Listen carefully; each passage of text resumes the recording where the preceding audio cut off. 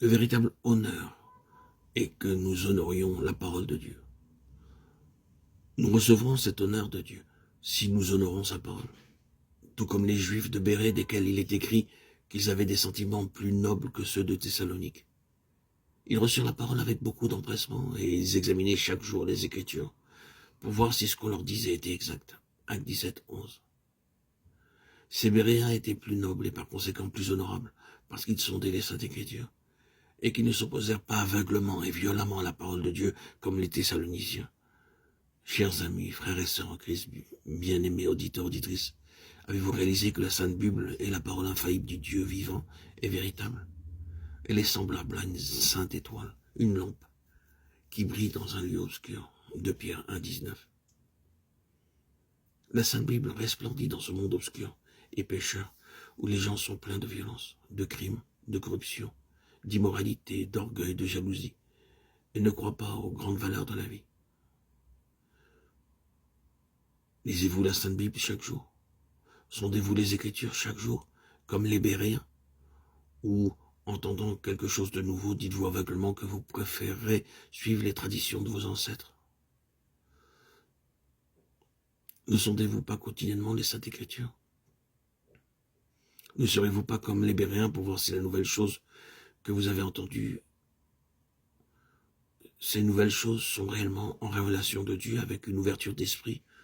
Ou êtes-vous enchaîné aux traditions de vos ancêtres, aux pratiques et aux traditions de votre communauté, de votre dénomination, de votre groupe ou de l'endroit où vous vous rendez pour la communion?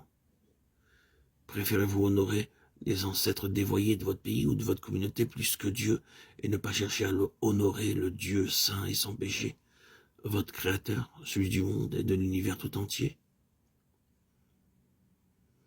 Puisse le Seigneur faire de nous tous de nobles gens du peuple de Dieu, recherchant en premier lieu l'honneur provenant de Dieu, sachant donner l'honneur à Dieu et à sa parole révélée, afin qu'ainsi il puisse faire de nous des hommes comme Jabez, plus honorés que les gens de ce monde, pour recevoir le véritable honneur de l'Éternel Dieu, le Dieu de gloire. Nous avons vu comment Jabez, un homme de Dieu, fut enfanté par sa mère avec douleur et comment il devint plus considéré que ses frères.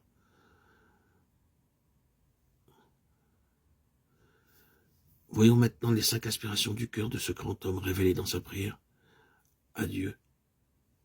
Si tu me bénis, que tu étends mes limites, si ta main est avec moi, et si tu me préserves du malheur en sorte que je ne sois pas dans la souffrance. 1 Chroniques 4, 10.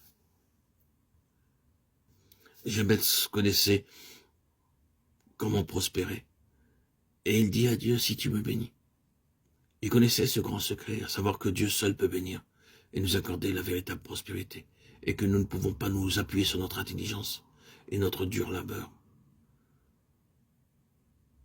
Le prédicateur dit dans le livre de l'Ecclésiaste, « J'ai encore vu sous le soleil que la course des poings aux agiles, ni la guerre aux vaillants, ni le pain aux sages, ni la richesse aux intelligents, ni la faveur aux savants, car tout dépend pour eux du temps et des circonstances. » Ecclésiaste 9, 20. Cherchez premièrement le royaume et la justice de Dieu, et toutes ces choses vous seront données par-dessus. Matthieu 6, 33.